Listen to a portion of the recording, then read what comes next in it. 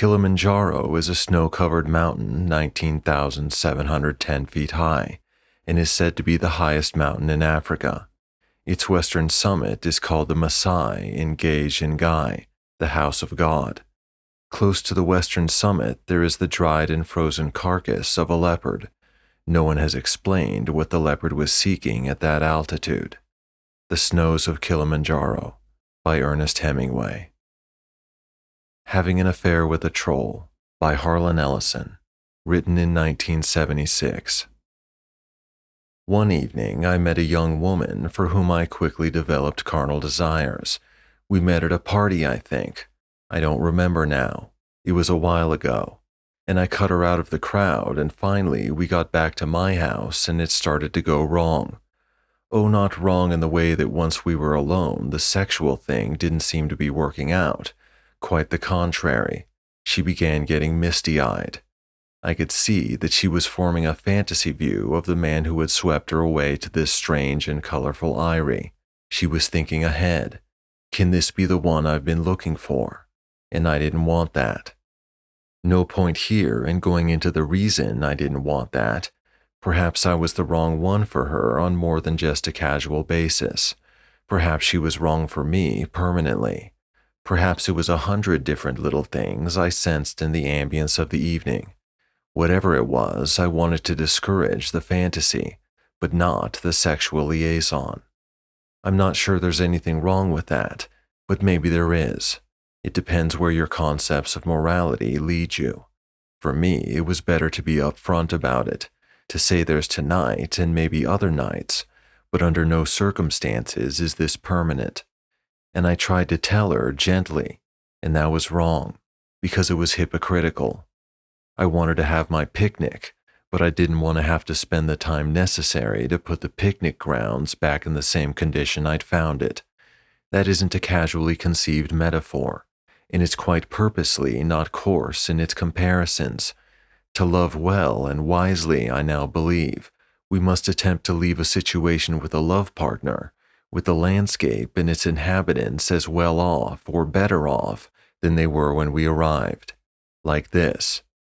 Walter Houston and Tim Holt and Fred C. Dobbs, sometimes known as Humphrey Bogart, were about to leave the mountain from which they've clawed their gold, and Houston says to Holt and Bogart, "We've got to spend a week putting the mountain back the way we found it," and Bogart looks amazed, because they are running the risk of being set upon once again by Alfonso Bedoya and his bandidos. So Houston explains very carefully that the mountain is a lady, and it has been good to them, and they have to close its wounds. And finally, even flintily, paranoid Bogart understands, and he agrees, and they spend a week repairing the ecological damage they've done to the mountain that was so good to them. So instead of trying to weasel and worm my way through an explanation that would have been no real explanation at all, I asked her if she would mind my sitting down and writing something for her. She said that would be nice, and I did it, trying to say as bluntly as possible with fantasy images what words from the real world would not adequately say, and this is what I wrote. She looks at me with eyes blue as the snow on Fuji's summit in a wood block print by Hiroshige. She says, "You're really different, really unique." Beneath the paleness of her cheeks, the blood suddenly rushes, and she knows only her nervousness has increased in the small room, though nothing has altered from the moment before. She does not understand that her skin and survival mechanisms have registered the presence of an alien creature. Her blood carries the certain knowledge, like the sentient wind. She perceives only that she has crossed an invisible border, and now roams naked and weaponless in a terra incognita, where wolves assume the shapes of men, and babies are born with golden glowing eyes, and the sound from the stars is that of the very finest crystal. To her fingertips come the vibrations of flowers singing in silent voices, telling of times before the watery deeps carried the seed of humanity. Her skin, absorbing the vibrations of unicorns' hooves as they beat the molten earth into gold. Her nostrils, bringing to her the sense of dreams being born. Her delicate nerve endings, vital and trembling with expectation of oddness. She sits with a troll, with another kind of creature, and her uneasiness grows. Cellular knowledge assaults her in wave after wave, and she cannot codify that knowledge. Let me tell you a story, I say, and in a few words explain the horizons of the land into which she has wandered. Will she understand that mortals and trolls cannot mate? It didn't go well with her. It was a sour relationship from the start. I wound up doing her damage, hurting her. She didn't hurt me. I don't brag about it. I'm certainly not proud of it. There was no notch cut in the stock of the weapon from the encounter. Machismo wasn't part of it. I hurt her and she didn't hurt me only because it didn't mean as much to me. I was a hard thing, colder. She was vulnerable. It had to happen, I suppose. If I'd been a nicer person, I'd have foregone the sex and sent her away at the start. I explain it now by way of justification, by saying she was a born victim, someone waiting to be savaged by love. But the truth is simply that I am precisely like everyone else when it comes to love. I am a child. I want my picnic and I hate cleaning up the mess. Pause. Go back to just before the beginning of this introduction. Read the quote from Hemingway's Snows of Kilimanjaro. Kilimanjaro is a snow-covered mountain 19,710 feet high and is said to be the highest mountain in Africa. Its western summit is called the Masai Ngai, the House of God. Close to the western summit there is the dried and frozen carcass of a leopard. No one has explained what the leopard was seeking at that altitude. Do you know what it was the leopard was seeking?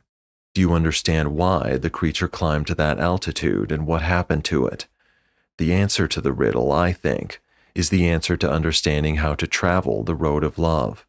I put the quote there, what has become a powerful literary metaphor since Hemingway first wrote it exactly 40 years ago in 1936, because it seems to me to contain the truest thing one can know about traveling that difficult road.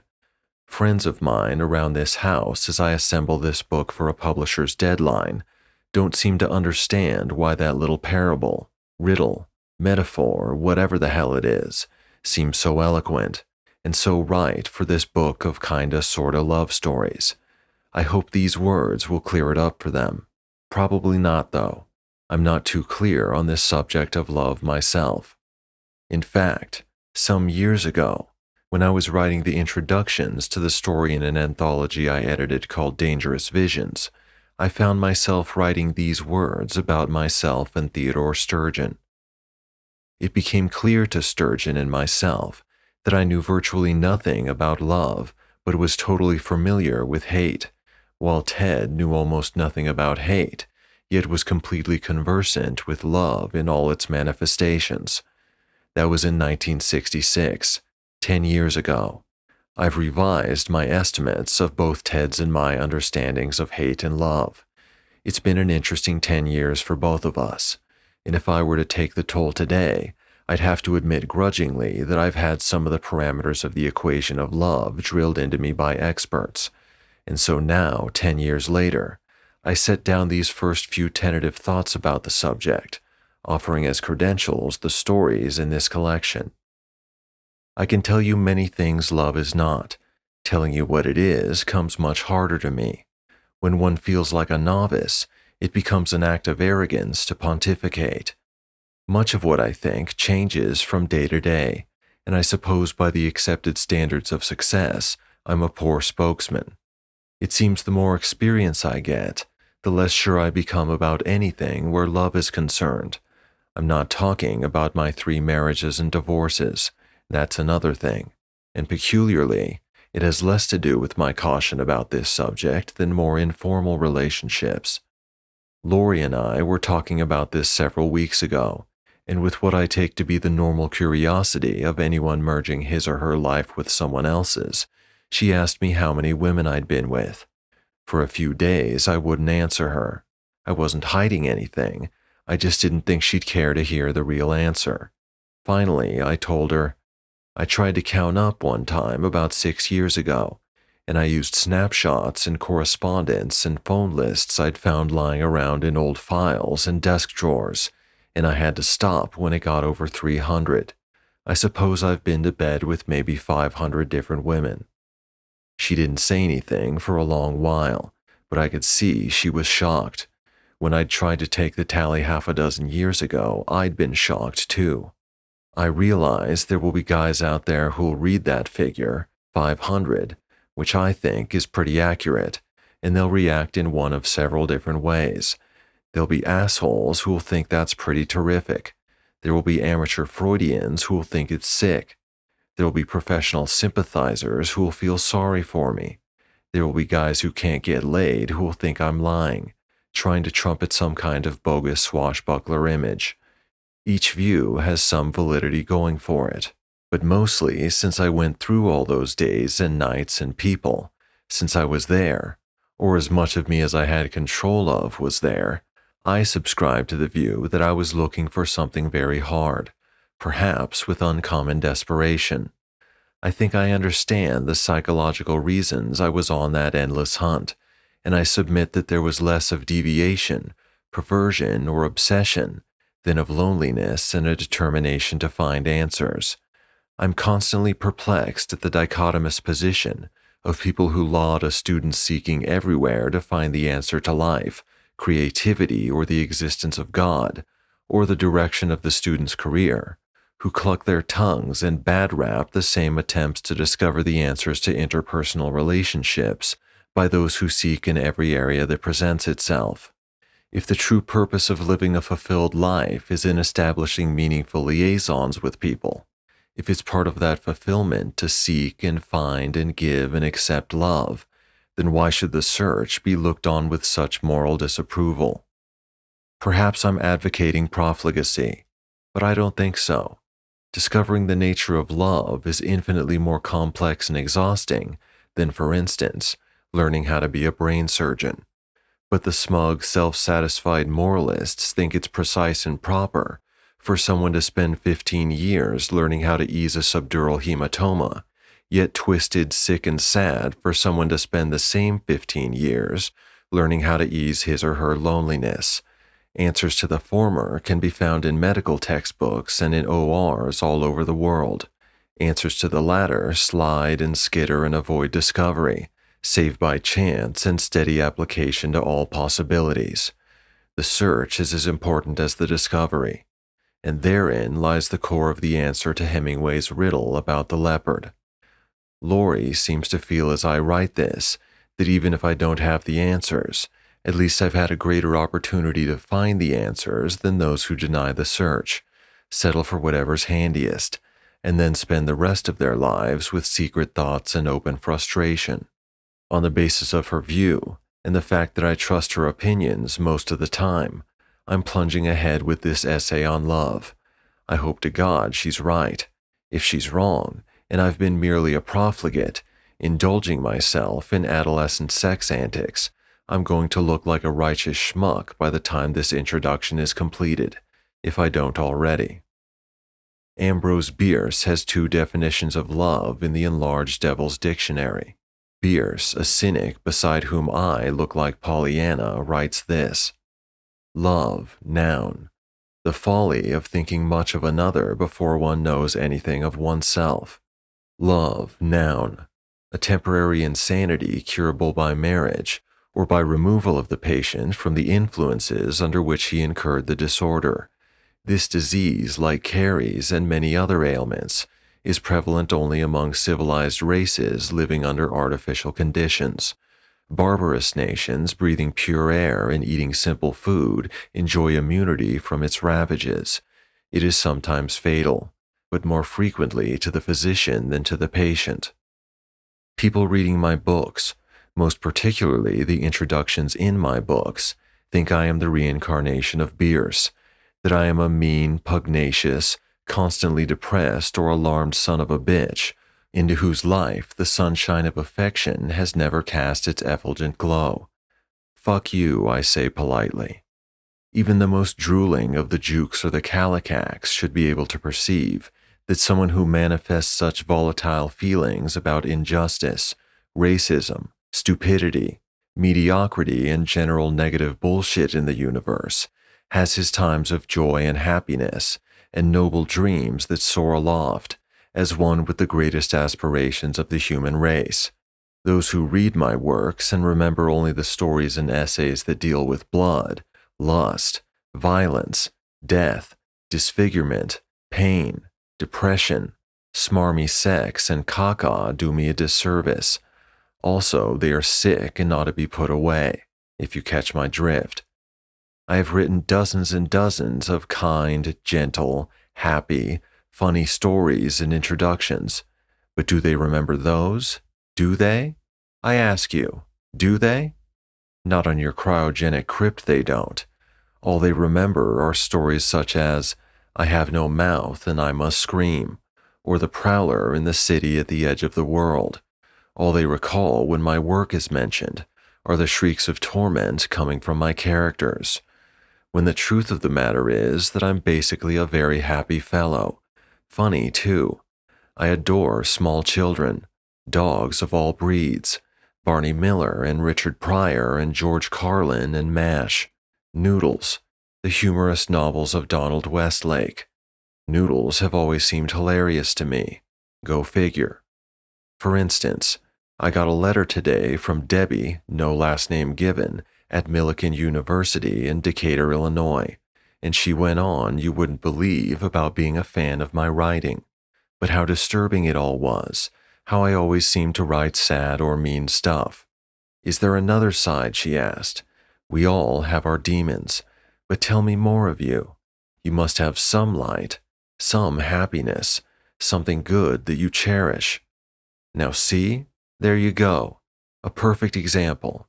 Here's this young woman, I presume she's fairly young from the writing and the content, who encounters me in a series of books and gets all grunched out of shape because she thinks I'm downcast, and she wants me to spill the beans on myself, to tell her what makes me smile and laugh and love.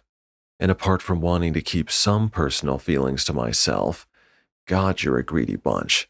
No matter how much I blather and reveal, you're never satisfied. The things I do unleash are frequently as happy as they are miserable. But when I try to look on the bright side and pass along the loosened limbus of my personal joy, everyone who remembers those screams of anguish comes down on me like a tsunami, accusing me of being maudlin and saccharine. So if some of the observations I make about love seem just a tot on the pragmatic, even cynical side, well, it's purely an attempt to walk the tightrope, to indulge in uncommon, to my readers, softness of spirit, without spastically lurching into a hideous rigadoon of wretched and nauseating mawkishness, to be as tough-minded as possible, and thereby as useful as possible, about something as worrisome and intangible as love, without sounding bruised or discouraged, to avoid cliché without purposely bumbling about like a boob in the glades of perversion. So I have consciously eschewed diary or reminiscence and shunted my observations over into fiction. It's in the story form that I feel most at ease writing my views about love, unless one is Shelley, a Nunez de Arce, or La Rochefoucauld. One has no business publicly shooting off one's mouth about something as mysterious and ethereal as love, unless one is Le Marquis du Sade, in which case one has a personal vision of love that defies all strictures. But in fiction, even a groping dullard like myself can stumble upon a truth or two, or at least a rule of thumb that seems to work in certain situations among certain kinds of people. So when I pass along these remarks, I'll try and couch them in anecdotal terms, all the better to entertain you, my dears, and not coincidentally to alleviate my own nervousness in this area. So here is just about all I know concerning love, some of it light and happy, some of it cynical, perhaps some of it even accurate and truthful. One never know, do one? The minute people fall in love, they become liars. You'd think such good feelings in the gut and other places would make people want to ensure the continuance of those feelings, but their fears overcome their good sense, not to mention their ethics. They begin to lie virtually from the first moment they begin to feel the stirrings in the aorta, or wherever it is love is supposed to make itself felt. They lie in 100 different ways. From the first tentative social conversations that bore them silly, they lie by pretending to be interested in inanities. This is a generality, but I think it holds. If it's guys, they listen to banal bullshit just on the off chance they'll get laid. If it's women, they listen to the blown out of proportion nonsense of men so they can reinforce the guy's need to be a big man. They lie to one another with looks and with words, and only the body language tells the truth. They lie to keep the upper hand even before they're threatened. The fear of rejection is so ingrained, from the schoolyard, the locker room, the parties, the homecoming dance, from the years of seeing lithe tanned women in bikinis and feral muscular men with shirts open to the sternum up there on four-color billboards. They fear the unknown outer darkness of someone saying no. So they lie to one another. Granted, it's akin to the social lying we all do at parties, in restaurants, at social events, putting up with trivia to be politic or civilized or gracious, whatever that means. Nonetheless, it's lying. And by feigning interest in what bores or turns one off, they set up artificial grounds for a potential relationship that they have to maintain all through the rest of the association. I know a young woman who met a guy at a party. He turned her on, and he started voicing some of his rustic views on busing.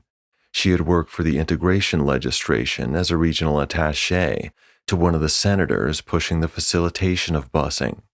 He was a divorced businessman with 2 kids, who was, at heart, a man who feared and hated dark-skinned people, though he would have gone to his grave swearing there wasn't a scintilla of bigotry in his well-clothed body. But they turned each other on, and she listened and nodded and said nothing. They started dating. It lasted 6 months, then fell apart. When his narrow view of the world became too much for her, she started to fight back. Now he tells everyone she was a castrating bitch, and she harbors guilt feelings for her own intransigence. False and untenable rules for the relationship had been the order of their mating from the get-go. It was doomed to fail. Earlier, I passed along a generality. There are, of course, exceptions. There are women who listen to the crapola put out by guys at parties because they want to get laid. And there are guys who put up with women's inanities because they want to be polite. It happens, but the point still holds. They do it because they want to be liked. They lie and listen to lies so they'll be accepted. The first faint stirrings of love, barely codified, still inarticulate, force them into the role of liar. And then the lies, once having been freed from Pandora's hope chest, begin to breed. They multiply like maggots and riddle a relationship like a submarine hit by a depth charge. Consider just the most obvious ones we've all either used or been victimized by. You walk into a room and she or he is brooding. What's the matter? Something wrong? Something bothering you? That's what you say. Then he or she replies, nothing. A lie. A bald-faced lie. You know damned well there's something wrong.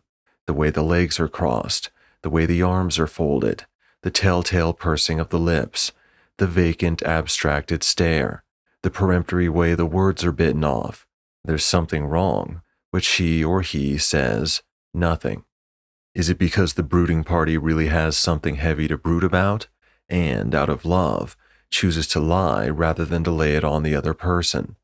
Is it more likely that the brooder has been brought down by something the other party did and wants to whip a little unconscious, free-floating guilt on the perpetrator before spilling the load of shit being carried in the gut? Is it part of the stylized ritual of hide-and-seek so many lovers play? Is it a physical manifestation of the brooding parties having done something they mutually consider wrong, like going out and getting laid on the sly, and getting him or herself set to rationalize it in such a way that the other member of the team feels like the criminal, using the brooding dark mood as a kind of head start in the argument that will follow? What does it matter? What we're dealing with here is dishonesty, cupidity, misdirection, acting out, lying.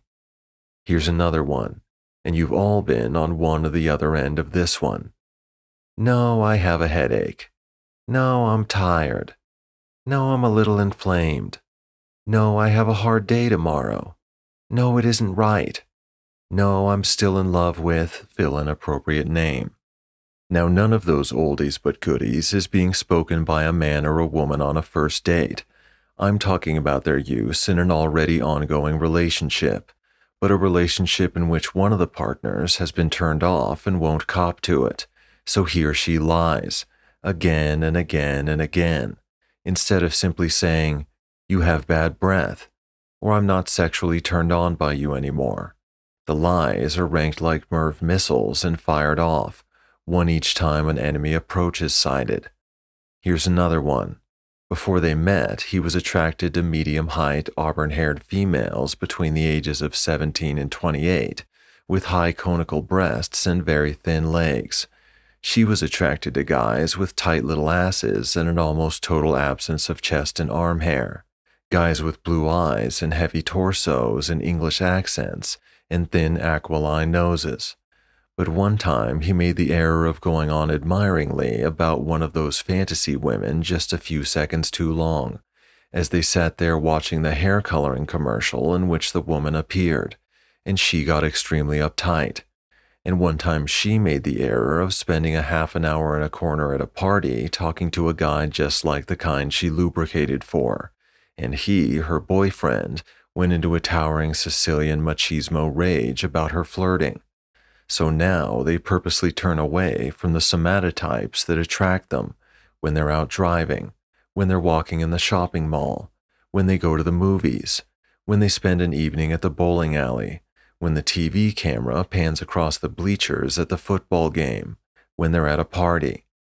She'll test him by drawing his attention to a girl he's already clocked and turned away from by saying, "Do you think she's attractive?" And he'll glance over quickly and with feigned disinterest mumble, "Legs are too skinny."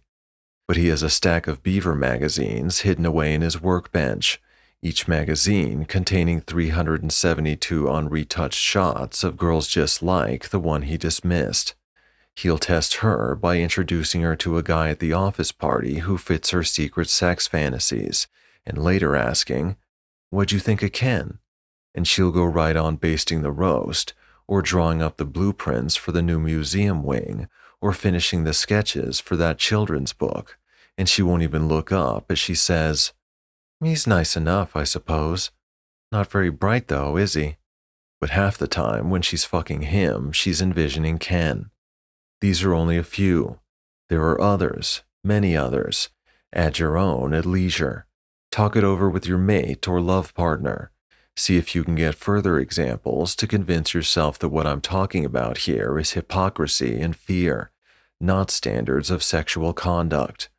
What I'm talking about is the title of this book. Love Ain't Nothing But Sex Misspelled. The perversion of sex in the name of love, using two quite clearly separable needs as reinforcements for one another, because you're not secure enough in either to think they stand by themselves and take care of themselves and enrich through their separate powers. The perversion of love to obtain sex as a commodity, the lies that are told because honesty might well mean rejection, and the unbelievably crippling fear of rejection that moves most of us more than we care to admit. Thus doth love make liars of us all. An obnoxious woman is a strong man's limp. I'm sure there's a reverse to this as seen from the viewpoint of a woman, but being a man, I'm most familiar with this side of it. You'll forgive me if I report this section only from what I know, even if it is one-sided. Female readers can mentally write an addendum in which they project what I'm about to say for the flip side. Here's this really sensational sweet guy. He's gentle, fair, moderately talented, seems to be happy with his life and what he's doing, and he's involved with a woman who is a righteous phony. She's loud, she drinks too much, she's a fucking pain in the ass at a dinner table, name-dropping, interrupting, belittling him in front of his friends, cutting the other women who try to show some warmth to the guy because they're embarrassed for him, interrupting everyone, rearranging the environment to suit herself. "I have to sit here, not there. Would you ask the maitre d' to lower the air conditioning? There's absolutely nothing on this menu. Would you ask the waiter if they can find me an abalone steak? Sid, would you mind not smoking? I washed my hair this afternoon. And you ask yourself, how can this terrific guy hang out with such a creep? It occurs to me that the reverse, a sensational woman tied to a schmuck guy, is clearly changing these days. The incidence of women splitting from their husbands, initiating divorce, or dissolution of a living together situation is very much on the rise. Female-initiated divorces have risen in this country alone by 3 times what they were even 15 years ago. Now it's the men who try to hang in there with a lousy relationship, while the women, I suppose because of widespread consciousness raising, that has advised them it's feasible to break up without social stigmatization, are taking off. But that's just a guess. I fiddled around with trying to come up logical on this one, finding some kind of universal truth why strong people should harness themselves to albatrosses. But this is one of those aspects of love that I've seen again and again, and every time it's for a different reason. In one case, it was that the guy wasn't sufficiently secure in his ego strength, sufficiently filled with feelings of his worthiness to love and be loved in return. In another case, it was because the woman was devoted to the guy in private, absolutely revolved around him.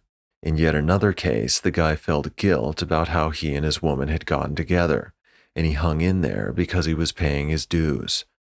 Laurie shrugs and says, "Love is blind." Maybe that's the best answer. I don't know. It's one of those troublesome areas that defies pat answers. All I know for sure is that there are many, many women and men who are hanging out because of love with partners who are clearly their inferiors. Shit. Maybe it's one of the selfish aspects of love that we be able to feel we're the dominant love partner in the link-up. I don't know. Think about it. Maybe you can write a critical study. Then we'll both know.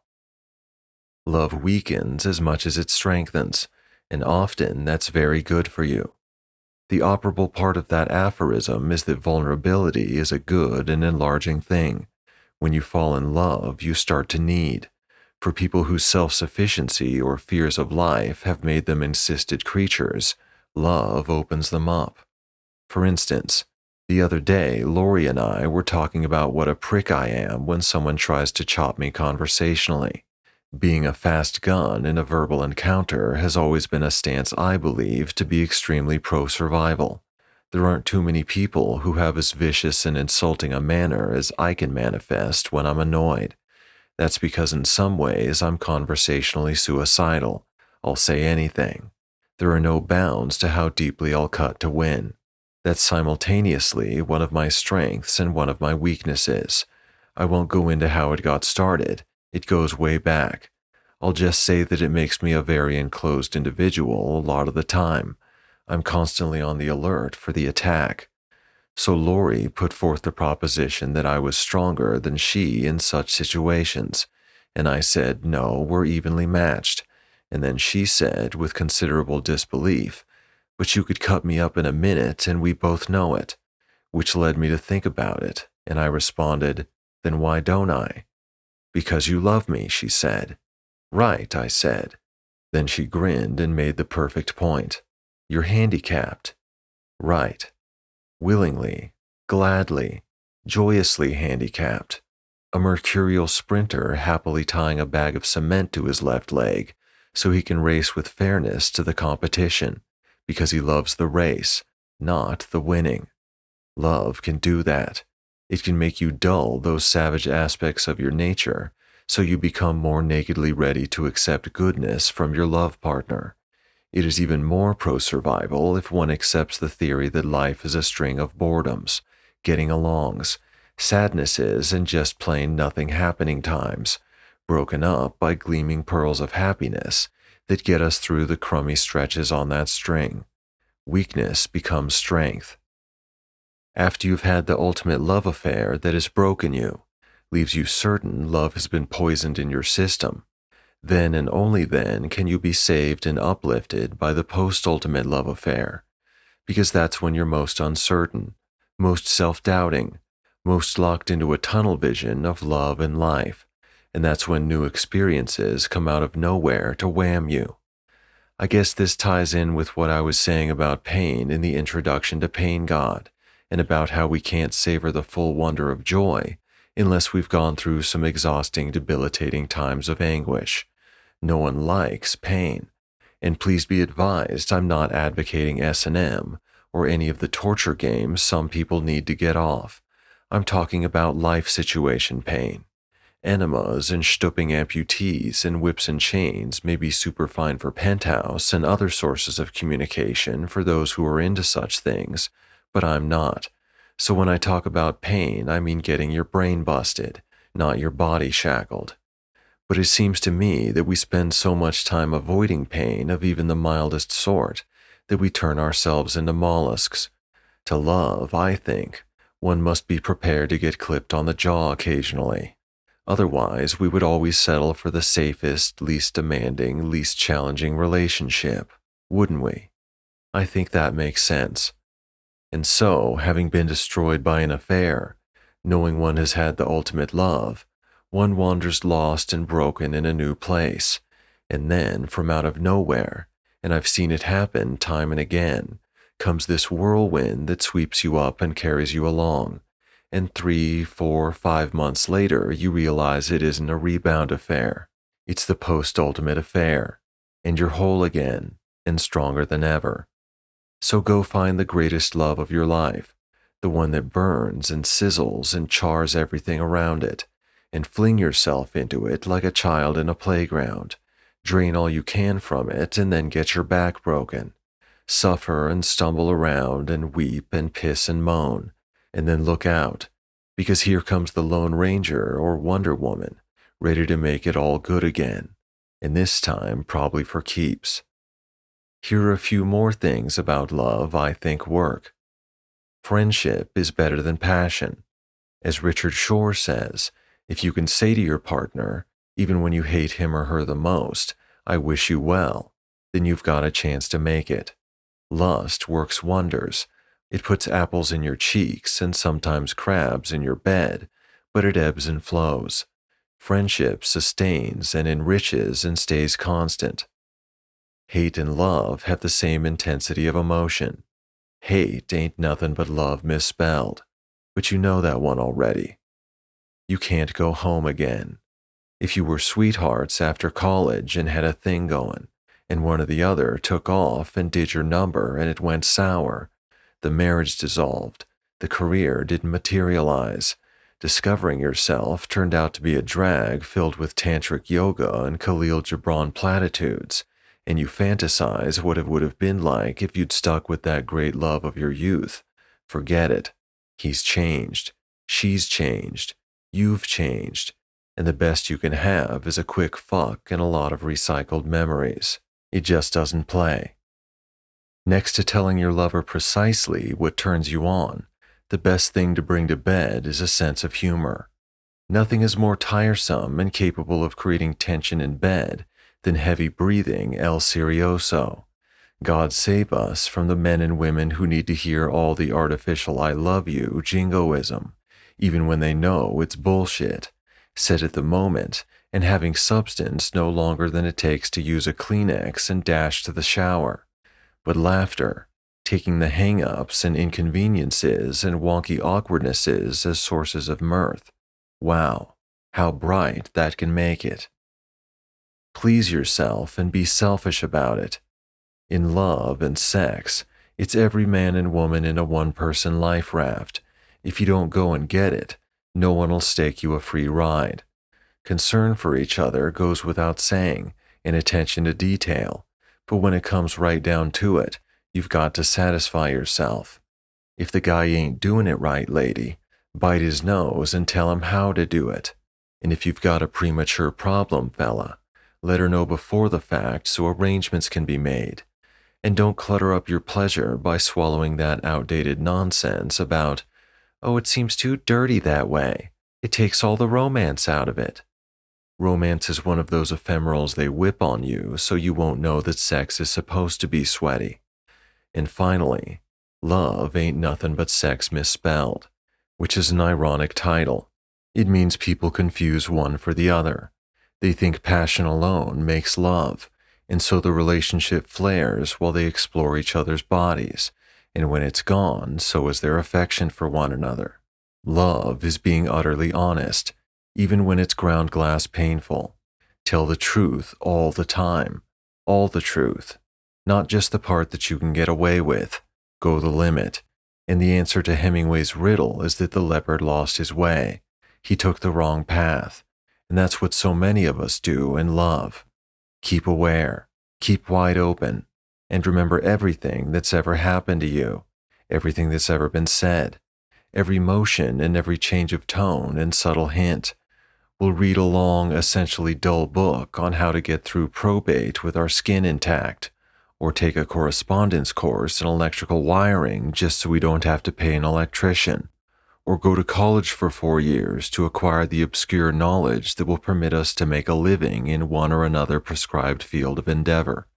But about the most mysterious subject of all, love, we bumble and careen and hope for the best, without proper education, without proper tools, without even a goal that can be named, and more often than not, it poisons our lives. The wrong men and women get together and proceed to kill each other piece by piece. This is all I know of love. Like the leopard, we must pick the right path, and we must never confuse what the body needs with what the soul demands. Beyond these idle thoughts, I know no more than you. The stories contained within the collection Love Ain't Nothing But Sex Misspelled are all peripherally concerned with love, and each tale reflects another part of my fumbling attempts to understand the mystery of love. These stories have helped change my opinion of myself where human knowledge is concerned. They total over 145,000 words of groping in the dark to find the answer. For a troll, groping in the dark is second nature. Here's hoping they shed a little light. Harlan Ellison, Los Angeles, 12th of September, 75, and 2nd of August, 97. A note by the narrator. I think Ellison hits the nail on the head when he says, judging by his own success in the area of love, maybe he's a poor spokesman. Because after 500 sexual partners and 3 divorces by the age of 40, he doesn't seem to have had much success in cultivating a happy, lasting relationship. Even the Lori he speaks of highly here, he divorced a year later. He calls love both a team and a one-person life raft. He contradicts himself and changes his mind from paragraph to paragraph, and even line to line. To him, love is a whirlwind. It's like the weather. It changes all the time. It's like a playground to fling yourself on like a child. To others, it has to do with family and commitment and working to make each other better, working to make each other whole. Nowhere here does he mention that maintaining a relationship can be hard work, that it can be strained and tested and it's your job to fight for it, because if it's not worth fighting for, then it's not worth a damn. But regardless of whether we agree or disagree with him, it's important to listen to his point of view, if for nothing else, so we don't make the same mistakes, and so we can spot people who make those mistakes. You can learn a lot about love from a whore. And as far as him not knowing what the goal of love is, I think some people do have a definitive answer. But I don't think Ellison's goals in life had anything to do with love. Love was a particularly bright patch of sunlight along the sometimes dark road of life. For a man like Ellison, or say Charles Bukowski, the goal, the thing they worked hardest to achieve and gave their souls for, was to be the great artists they were. And part of that is to be constantly searching and reaching for something mysterious and unattainable, something closer to the answers to life than the answers to love. And in my opinion, that is the answer to the riddle about the leopard. He didn't take the wrong path. He was searching. For what, we'll never know, and maybe he didn't know either. But in his search, he climbed higher and reached further than any other leopard who ever set foot on that mountain, and that alone is a noble accomplishment. You have been listening to an original performance of Harlan Ellison's Having an Affair with a Troll, read by Kimura Gracie.